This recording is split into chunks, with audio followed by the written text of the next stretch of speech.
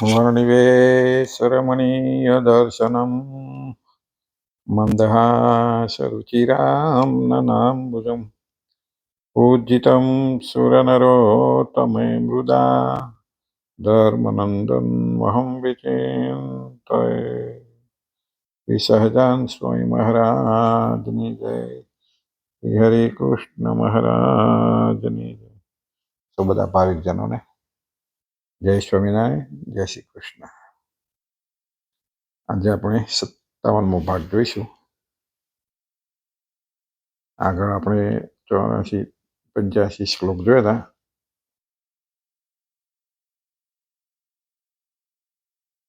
છેલ્લે જોયું હતું કે મારા જે ભક્તો હોય એમાં ક્યારે ભૂત પ્રેતનો ઉપદ્રવ થાય ત્યારે નારાયણ કવચનો જપ કરવો અથવા હનુમાન મંત્રનો જપ કરવો, પણ એ સિવાય બીજા કોઈ શુદ્ર દેવી દેવતાનો જપ કરવો નહીં।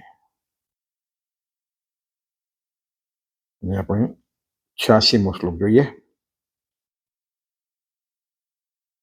રવિરિન્દ્રો ચ પરાગે જાયમાને અપરા ક્રિયા હિત્વાસુ શુચિભિઃ સર્વે કાર્યા કૃષ્ણ મનોર્જપ।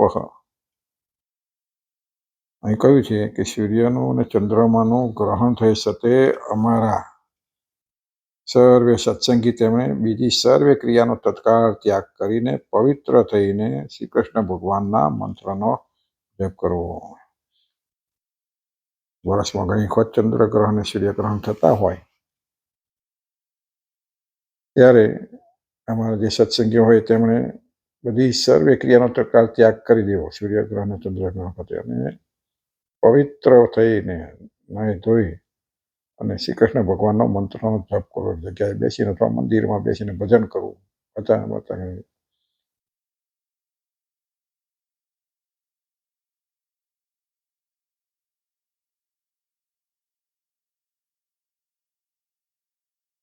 સ્વામિનારાયણ ભગવાન કહે છે કે અમારા સર્વે સત્સંગી હોય તેમણે સૂર્ય અને ચંદ્રમાનું ગ્રહણ થાય ત્યારે બીજી સર્વે ક્રિયાનો તત્કાળ ત્યાગ કરી પવિત્ર થઈને શ્રી કૃષ્ણ ભગવાનના મંત્રનો જપ કરવો।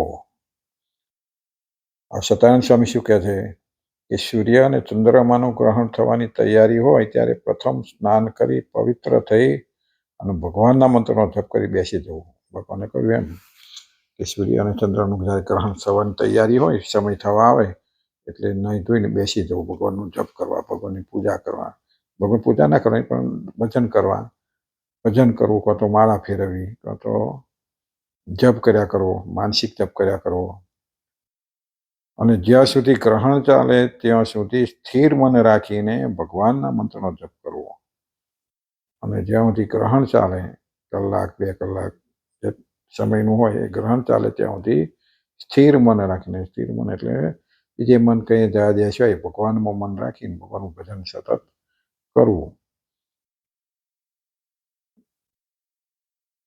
અને જ્યાં સુધી સૂર્ય તથા ચંદ્રમાનું ગ્રહણ ચાલતું હોય ત્યાં સુધી કોઈ વસ્ત્રાદિકનો સ્પર્શ પણ કરવો નહીં, અને જ્યાં સુધી સૂર્ય ચંદ્રનું ગ્રહણ ચાલુ હોય પછી બેસી ગયા પછી કોઈ પણ વસ્ત્ર કે કોઈ પણ વસ્તુ હોય એને અડવું નહીં, કોઈ પણ વસ્ત્રાદિકનો સ્પર્શ કરવો નહીં। આ બધું જે પાળવાનું છે શાસ્ત્રો પ્રમાણે જે પાળતા હોય એનું કામ છે।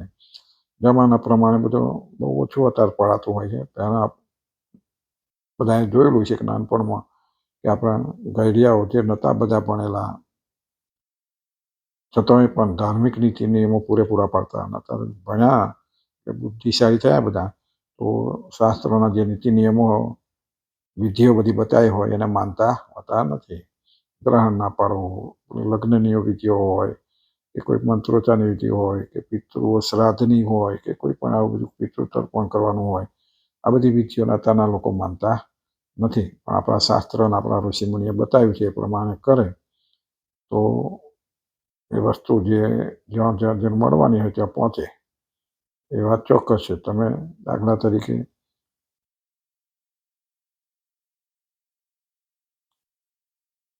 એટીએમ કાર્ડ છે ને પૈસા ઉપાડો તો એ દેખાતા નહીં, પણ છતાંય તમારા પૈસા મળી જાય, અથવા બેંકના આ જે સાધનો થયા એનાથી ગૂગલ પે કરો તો ખાતામાં બીજાના ખાતામાં ટ્રાન્સફર થઈ જાય. કેવી રીતે જાય?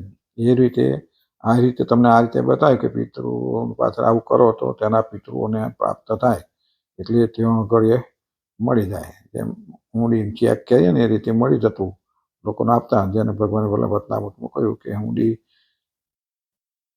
લખી આપે તો કે ત્યાં આગળ જેને ઉપર લખેલી હોય ત્યાં જાય ત્યાં મળે, પણ એને કાગળી જોઈને જો ના લે તો કે એને એટલી સમજણ નથી. બાકી એ કાગળિયામાંથી જ પૈસા મળવાના હોય. એમ ચેક છે પણ લખાણ ઉપર વિશ્વાસ ના હોય તો એટલે બને ખરું એવું કંઈક ખાતામાં પૈસાનો ચેક લખી રાખે, પણ એ બધું મોટી ગુટીઓ નિયમ કાયદાની હોય લાગુ પડતી હોય તો બધું ઓછું બનતું હોય, એટલે મળી જાય વસ્તુ. એમ આ વસ્તુ છે આપણા ઋષિમુનિએ લખેલું છે. એટલે આ વસ્તુઓ પિતૃને પ્રાપ્ત થાય એટલે થાય જ. આ વિધિ કરવાથી આ બધું દૂર થાય એટલે થાય જ, પણ એ ભાવથી શ્રદ્ધાથી કરવામાં આવે તો. એટલે આપણા આવા બધા નિયમો હોય ને અત્યારના લોકો માનતા હોતા નથી, અત્યારની પેઢી બધી. પણ એ વસ્તુ છે સત્ય, જેને મનાય. એટલે ચંદ્રમાનું ને સૂર્યનું ગ્રહણ થાય ત્યારે કે અમારા જે સત્સંગી હોય બધાએ પોતાનું બધું કામ મૂકી દે અને ભગવાનનું જપ કરવા, મંત્રનો જપ કરવા બેસી જવું. જ્યાં સુધી ચંદ્રગ્રહણ કે સૂર્યગ્રહણ પૂરું ના થાય ત્યાં સુધી. વળી સ્વામી કહે છે કે જ્યાં સુધી સૂર્ય અને ચંદ્રમાનું ગ્રહણ ચાલે ત્યાં સુધી જન્મ અને મરણનું સૂતક લાગતું નથી. સૂર્યગ્રહણ કે ચંદ્રગ્રહણ ચાલુ હોય તે વખતે આપણું સૂતક કંઈક જન્મ કર્મ હોય ચાલતું હોય તો કોઈ મરી ગયું સૂતક ચાલતું હોય તો એ સમય દરમિયાન કે છે સૂતક લાગતું નથી. એટલે જપ થાય કે બીજું ગાય પૂજા કરી બધું થઈ જાય. જ્યાં સુધી જન્મ મરણનું સૂતક લાગતું નથી, તેથી સૂતકી પુરુષો પણ ગ્રહણ સમયે હોમ, જપ, પૂજા વગેરે સત્કર્મ કરી શકે છે. એટલે જે સૂતકી પુરુષો હોય જેના ઘરમાં સૂતક લાગ્યું હોય સૂતકી બધા કહેવાય. ભગવાનની પૂજા જાપ તે બધું કશું થાય નહીં. પણ કે જ્યારે ચંદ્રગ્રહણ ચાલુ હોય ત્યારે જપ તપ બધું થઈ શકે, સત્કર્મ બધા થઈ શકે. ગ્રહણ ચાલુ હોય ત્યાં સુધી. ગ્રહણ પાછું પૂરું થઈ જાય એટલે પાછું એને સૂતક પાછું લાગી જાય. ત્યાં સુધી એને બધું સૂતકી પણ તે વખતે લાગતું, ગ્રહણ વખતે લાગતું નથી. ગ્રહણ મુકાઈ ગયા પછી ફરી વાર જન્મનું મરણનું સૂતક લાગે છે. ગ્રહણ મુકાઈ રહે, ગ્રહણ પૂરું થઈ જાય એટલે પાછું જન્મ કે મરણનું સૂતક હોય તો એ પાછું લાગે છે. વળી સર્વે પુરુષો હોય કે સ્ત્રીઓ હોય તેમણે આકાશમાં રહેલા સૂર્યગ્રહણને તથા ચંદ્રગ્રહણને સીધું જોવું નહીં. જ્યારે ગ્રહણ ચાલુ હોય સૂર્યગ્રહણ કે ચંદ્રગ્રહણ અને આકાશમાં જે વખતે ચાલુ હોય તો ઘણા નરી આંખે જોતા હોય છે. તો શાસ્ત્રોમાં કહ્યું છે કે આકાશમાં સૂર્યગ્રહણ કે ચંદ્રગ્રહણ ચાલુ હોય ત્યારે જોવું નહીં. અને એને જોવું હોય તો કે ભાઈ તેલની અંદર અથવા પાણીની અંદર અથવા તો અરીસાની અંદર પડતા પ્રતિબિંબ દ્વારા ગ્રહણ જોવું. જોવાની કોઈની ઈચ્છા થાય જોવું તો નહીં જ, પણ છતાં જોવું હોય તો સીધું ના જોવું. પણ તેલ હોય કે ભરેલું પાત્ર હોય ને એમાં દેખાય, આકાશ ઉપર બહાર રાખો તો પાણીની અંદર પણ એનું બિંબ દેખાય, અથવા અરીસો રાખો તો અરીસાની અંદર પણ બિંબ દેખાય. તો વચ્ચે કપડું, પાતળું કપડુંથી અથવા તો પેપર એવું કંઈક પાતળું હોય એના દ્વારા દેખાય, અથવા એવું કાચ રંગીન હોય કાચ દ્વારા પણ એ રીતે જોવું. તો વચ્ચે આવું કોઈક સાધન રાખીને જોવું.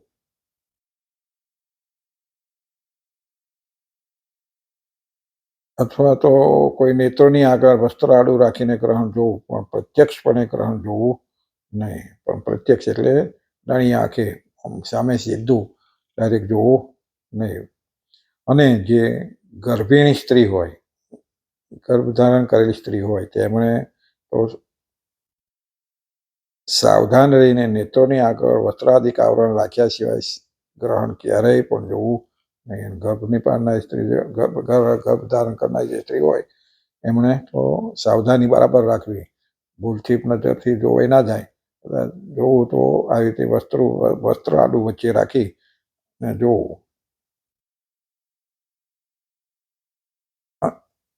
અને જો ગર્ભિણી સ્ત્રી સીધે સીધું ગ્રહણ જુએ તો ગર્ભમાં રહેલા બાળકની ઉપર તેની અસર થાય છે.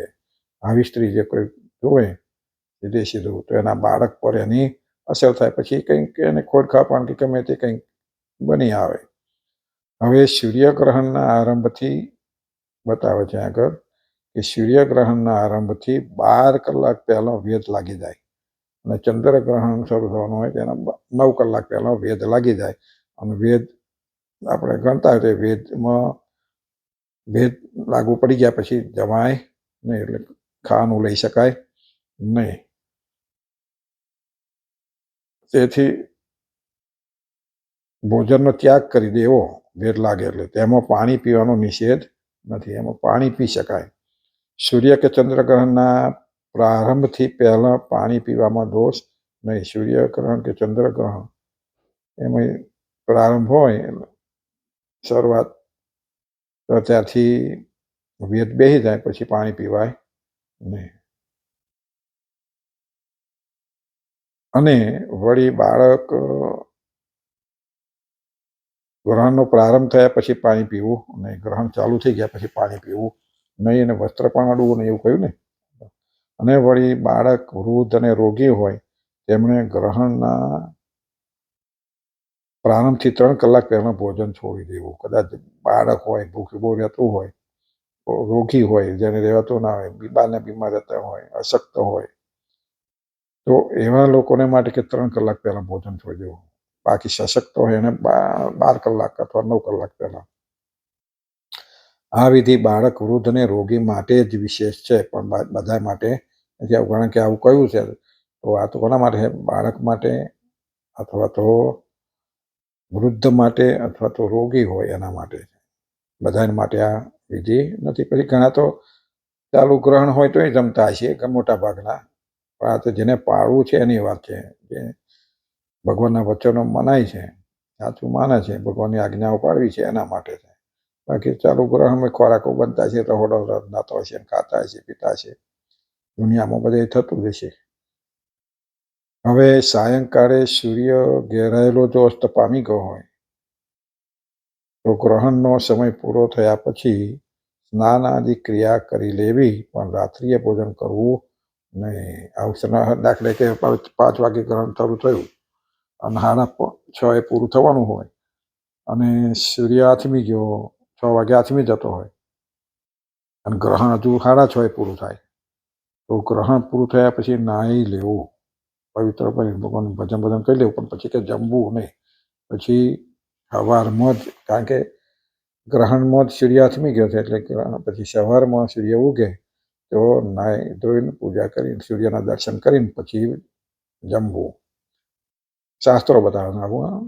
અને એ રીતે ચંદ્રગ્રહણ રાતનું હોય. આ રાતનું એટલે સવાર થતો હોય ચંદ્રગ્રહણ, દાખલા તરીકે 5 વાગે શરૂ થવાનું હોય અને 7 વાગે પૂરું થવાનું હોય, પણ સૂર્ય 6 વાગે ઉગી ગયો એટલે પછી ચંદ્ર દેખાય નહીં અને ગ્રહણ તો 7 વાગે પૂરું થવાનું છે. એટલે તે ગ્રહણ પૂરું થયા આપણને જોવા મળતું નહીં પૂરું થયું, એટલે પછી નહીં ધોઈ લેવું ખરું, પણ ચંદ્ર આથમી ગયો પછી આથમે છે એટલે ગ્રહણ પછી સ્નાનની ક્રિયા કરેલી, પણ આખો દિવસ ભોજન કરવું નહીં. સાયંકાળે જ્યારે ચંદ્ર પાછો દેખાય, સાંજે પાછો ચંદ્ર ઉગે ત્યારે દર્શન કરી અને ભોજન લેવું, પછી ભોજન લઈ શકાય. આખો દિવસ ભૂખ્યા રહેવું. પાણી લઈ શકાય પણ ભોજન પછી નહીં લેવું. એટલે આ બધું જાણતા હોય અને જેને ધર્મ ઉપર, ભગવાનના વચન, શાસ્ત્રો ઉપર વિશ્વાસ હોય એના પડે જ. એટલે આ વિધિ આપણા શાસ્ત્રોમાં ભગવાને બતાવ્યો છે, સ્વામિનારાયણ સંપ્રદાયમાં બતાવ્યો છે, એટલે ઘણા બધા પાળતા હશે. અમે જોડે 87મો શ્લોક લઈએ. જાતાયામથ તન્મુક્તૌ કૃત્વા સ્નાનમ સચેલકમ દેયમ દાનમ ગૃહી જનૈઃ શક્ત્યા અન્યસ્ત્વ ચ ઈશ્વરઃ. એટલે એનો શ્લોકો એનો જ છે ગ્રહણનો. અને ગ્રહણ મુકાઈ રહ્યા પછી વસ્ત્ર સહિત સ્નાન કરી અને અમારા ગૃહ સત્સંગી હોય તેમણે પોતાની સામર્થ્ય પ્રમાણે દાન કરવું અને જે ત્યાગી હોય તેમણે ભગવાનની પૂજા કરવી. ગ્રહણ થયું, ગ્રહણ મુકાયા પછી શું કરવું? તો સ્વામિનારાયણ ભગવાન કહે છે કે અમારા આશિત હોય તેમણે ગ્રહણ મુકાઈ રહ્યા પછી, ગ્રહણ પૂરું થયા પછી વસ્ત્રે સહિત સ્નાન કરવું. જે વસ્ત્રો પહેરેલા હોય એ પહેરેલા વસ્ત્રો પલાળી દેવા, એની સાથે સ્નાન કરી અને પછી ગૃહ સત્સંગી હોય એમણે પોતાની સામર્થ્ય પ્રમાણે દાન કરવું. દાન એટલે બ્રાહ્મણ જમાડવા, બ્રાહ્મણ આવવું, ગાયને ખવડાવવું, જે કંઈકની ઈચ્છા હોય એ પ્રમાણે દાન કરવું. અથવા સંકલ્પ કરી લો, ગ્રહણ વખતે સંકલ્પ કરી લો, પછી ગ્રહણ મુકાયા પછી એ દાન જે સંકલ્પ કર્યો એ પૂરો કરવો. અને ત્યાગી હોય એમણે ભગવાનની પૂજા કરવી. સતાનંદ સ્વામી શું કહે છે કે સૂર્ય અને ચંદ્રનું ગ્રહણ જ્યારે સમાપ્ત થાય ત્યારે સર્વે ભક્તજનો હોય એમણે શરીર ઉપર ગરમ કાપડ ધારણ કરેલું હોય કે ઊનનું વસ્ત્ર ધારણ કરેલું હોય કે હીરાગળ રેશમી વસ્ત્ર ધારણ કરેલું હોય કે જે કોઈ પણ શરીર ઉપર ધારણ કરેલું હોય. ઘણા શું કે ગરમ કપડું હોય એટલે વાંધો નહીં, ના લાગી એટલે એ પહેરવાનું કશું થાય નહીં. પણ એ શું કે તમે જે ધારણ કરેલું હોય, ગરમ હોય વસ્ત્ર હોય કે રેશમી હોય કે ઊનનું વસ્ત્ર હોય, કોઈ પણ હોય, પછી સૂતરવનું હોય, પછી કોઈ પણ કહ્યું તો એમાં કોઈ પણ પ્રકારનું વસ્ત્ર હોય તો એ વસ્ત્રો સહિત સ્નાન કરવું. ધારણ કર્યું હોય, કોઈ પણ વસ્ત્ર ધારણ કર્યું હોય તો એ વસ્ત્રો સહિત સ્નાન કરવું. એટલે એ વસ્ત્રોને પલાળવા પૂર્વક ગ્રહણ સંબંધી સ્નાન કરવું, એને પલાળીને જ સ્નાન કરવું. પછી એને ગરમ છે કે રેશમી છે એક બાજુ મૂકી દે ફરી પહેરી લેવાય, ના તો પલાળે ચાલે એવું નહીં. એટલે એ સહિત સ્નાન કરવું. પછી ભાષ્યકાર સતાનંદ સ્વામી કહે છે આગળ કે સ્મશાન સમજાવે છે કે સ્મશાન અને ગ્રહણ સમયે તો શરીર ઉપર ગરમ ધાબળી ધારણ કરી હોય કે કોટ ધારણ કરેલો હોય તો તેને પલાળવો જ પડે. સ્મશાન એટલે સ્મશાનમાં આપણે અંતિમ ક્રિયામાં ગયા હોય, વિધિ થતી હોય તો સ્મશાનમાં, તો સ્મશાનમાં જેના પછી ગરમ ધાબળી હોય કે ગરમ હોય તો રેશમી હોય તો કે ચાલે, એવું કંઈ ઘણા ચલાવી લેતા તો કે ના ચાલે. એ રીતે ગ્રહણમાં પણ જે આવી રીતે ગરમ હોય રેશમી હોય તો પણ જે પહેરેલા હોય પલાળવા જ પડે. સ્મશાનમાં ગયેલા હોય તો એ પણ પલાળવા જ પડે. એ પલાળ્યા વગર ચાલે નહીં, એવું સ્વામી કહે છે. આ બે પ્રસંગ સિવાય શરીર ઉપર ધારણ કરેલું ઊનનું વસ્ત્ર પલાળે તો ચાલે નહીં. એટલે આ બે સિવાય કે કદાચ તમે બીજા કોઈ પ્રસંગોમાં આવું થયું હોય તો એને તમે પલાળો નહીં તો ચાલે એમ કહેવાય. પણ આ બે વખત પલાળવો જ પડે. હવે જ્યારે ગ્રહણ સમાપ્તિ થવાની હોય ત્યારે ગૃહસ્થાશ્રમી પુરુષો હોય તેમણે દાનનો સંકલ્પ કરી લેવો. અહીં શું કહે છે કે ગ્રહણ સમાપ્તિ થવાની હોય, ગ્રહણ ચાલુ હોય તે વખતે તમારે દાનનો સંકલ્પ કરી લેવો ગ્રહણ પૂરું થતાં પહેલાં. અને પછી જ્યારે ગ્રહણ સંપૂર્ણ સમાપ્તિ થઈ જાય ત્યારે સ્નાન કરી સંકલ્પ કરેલું દાન આપી દેવું. સંકલ્પ કરેલું દાન આપી દેવું પડે, ભૂલી ના જવાય, એ ધ્યાન રાખવું પડે. એટલે ગ્રહણ મુકાઈ રહ્યા પછી હું ગાયને મૂકીશ કે કૂતરાને મૂકીશ કે અથવા બ્રાહ્મણને આટલું આપીશ, તો ગ્રહણ મૂક્યા પછી નૈરણ પરવાઈ રહ્યો પછી આપી દેવું. અથવા તો સંકલ્પ એવો કર્યો કે કાલે આજે તો હજ પડ્યા હવે ગ્રહણ પૂરું થયું ના તો રાતે આપણે કદાન આપવા જવાના, તો બીજે દિવસે હું બ્રાહ્મણને આપી દઈશ. એ સંકલ્પ પૂરો કરી દેવો. અને ગૃહસ્થ સિવાયના જે ત્યાગી હોય તેમની પાસે આપવા યોગ્ય પદાર્થનો સંગ્રહ હોતો નથી, કારણ કે ત્યાગી હોય તો ધન કે એવું બધું રાખવાનું હોતું જ નથી. એટલે અમે દાન તો આપી શકે નહીં, પૈસા ખર્ચીને દાન કરી શકે નહીં. એટલે અમે શું કરવું? ભગવાનની પૂજા કરવી. અત્યારના ત્યાગીઓ તો બહુ પૈસા રાખતા હોય, ભલે હાથમાં ના રાખે પણ વહીવટ એમના જ થતો હોય. પછી એક આટલું દાન કરી દો એવું કરી શકે, પણ એ ભગવાનની આજ્ઞા નથી. એમાં રાખવાનો વહીવટ જ જો કે કરવાનો નથી. આવા બધા છતાં ઘણા સાધુ બોલે કે મેં આટલું દાન કર્યું, મેં આ જગ્યાએ આટલા પૈસા આપ્યા, મેં આટલા આપ્યા, મેં આપ્યા, એમ કે મારી પણ આવેલા છે એમ નહીં, પણ મેં આપ્યા, મેં ગરીબોને આપ્યા છે, આટલા છોકરાઓને ભણવામાં આટલા આપ્યા છે, તમે પુસ્તકો લાવવામાં આટલા આપ્યા છે, આવું બધું મેં આપ્યા છે કરે છે, કથાઓમાં આવું બોલે છે. સાંભળજો.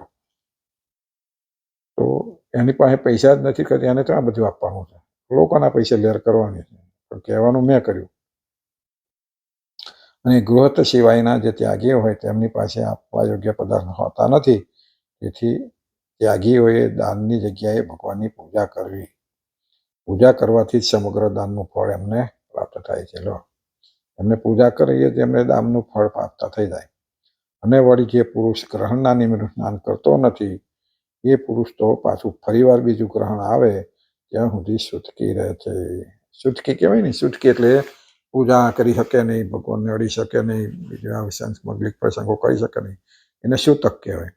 એટલે કે જે પુરુષ ગ્રહણ પૂરું થાય પછી સ્નાન કરતો નથી, તો એ છૂટકી રહે છે કાયમ માટે. શું કહ્યું આગળ? જે પુરુષ ગ્રહણના નિમિત્તનું, એ ગ્રહણના નિમિત્ત, ગ્રહણ તો રાતે પુરુષો રાતે ના નવે, પણ હવન તો ના કરે, તો રોજનું નાય છે. દિવસે ગ્રહણ થયું, બીજે સૂર્યનું પુરુષ પણ નાયો નથી, બીજે દાડે હવન નાય છે, તો નાહી ગયું એવું નહીં કે એના ભેગું આવી ગયું. ગ્રહણ પૂરું થાય એ નિમિત્તે આપણે તરત નહીં લઈએ, એ નિમિત્ત કહેવાય. પછી એમ નહીં કે ગ્રહણ પૂરું થાય કાલ સવારમાં નહીં, એ નિમિત્ત ના કહેવાય. એટલે ગ્રહણ નિમિત્તે જે નયો નથી, એ પુરુષ છૂટકી કાયમ માટે. ક્યાં સુધી? તો બીજું ગ્રહણ આવે અને ફરી બીજા ગ્રહણ વખતે નાય નહીં ત્યાં સુધી. જો એ વખતે ના નાય તો પાછું છૂટકી જશે. એની છૂટકીની સેવા ભગવાન સ્વીકારતા નથી. તમે દાન કરો તો પણ ભગવાન સ્વીકારતા નથી. એટલે જેને ભગવાનમાં શ્રદ્ધા છે, શાસ્ત્રનો સંબંધ છે, અને શાસ્ત્રોમાં શ્રદ્ધા છે, સત્સંગી છે, કોઈ પણ સંપ્રદાયનો સત્સંગી હોય. આ સ્વામિનારાયણમાં છે એવું નથી.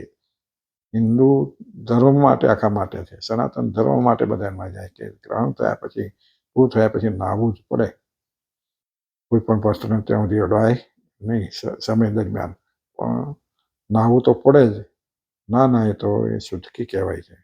એટલે આવા જે બધા હોય તો ઘણા બધા આપણે મોટા ભાગના છૂટકી જ રહે છે, કારણ કે ગ્રહણ પૂરું થાય નાતા જ નથી. જે સમજે છે, સાંભળે છે, સત્સંગ કરે છે, એટલા નહીં લે છે. બાકી એ નિમિત્તે નાતા ના હોય તો કાયમ છૂટકી ગણાય છે. એટલે એની સેવા એવું પણ સ્વીકારતા નથી અને પાત્ર પણ બનતો નથી. બધી ક્રિયા કરવા માટે એના પાત્રતા રહેતી નથી. એટલે સત્સંગીજનો, જો કોઈ સત્સંગી હો, શાસ્ત્રોમાં અને ભગવાનના વચન પર વિશ્વાસ હોય, તો ગ્રહણમાં જેટલું પડાય એટલું તો પાડવું જ. એમાં પડાય એટલે કે વસ્તુ જે કંઈ ગ્રહણ શરૂ થાય તો પછી ત્યાં સુધી અડવું નહીં. જોકે અત્યારે તો આપણે જોબો કરતા હોય, નોકરી કરતા હોય, ધંધા એવા હોય, એટલે પછી ત્યાંથી આવીને પણ નાયા વિના ખાવું નહીં. નહીં તો અહીં તો કહેલું છે ગ્રહણ શરૂ થાય એટલે ભજનમાં બે, પણ ઘેર હોય તો ભજનમાં બે જવું, શાંતિથી એક જગ્યાએ બેન પછી વસ્ત્રો અડવા નહીં, પણ પૂરું થયા પછી નહીં ધોઈને પછી વસ્ત્ર બીજા પહેરવા. એટલે આને વસ્ત્ર છે સ્નાન કરવાનું કહ્યું પાછું. એ રીતે સ્નાન કરી અને કરો, જે સંકલ્પ કરો એ પૂર્ણ કરો. એમાં ભગવાનનું વચન પડે એટલે ભગવાન ચોક્કસ રાજી થાય. એટલે બે શ્લોકોમાં મળ્યા. ગ્રહણ વિશેના બે આયા કે ગ્રહણ થાય ત્યારે કઈ રીતે બેસી જવું, ઉપયોગ કરવું. એ શ્લોકમાં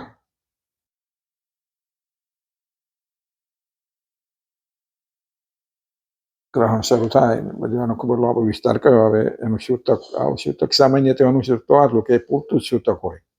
પછી હવે સૂતકના બીજા વિધિ હોય કે જન્મનું સૂતકના મરણ સૂતક, એ પછીના શ્લોકમાં આવશે. આવે એ આપણે એમાં જોઈશું. પણ આ ગ્રહણ જે સૂતક છે એ ગ્રહણ શરૂ થાય ત્યાં સુધી થાય.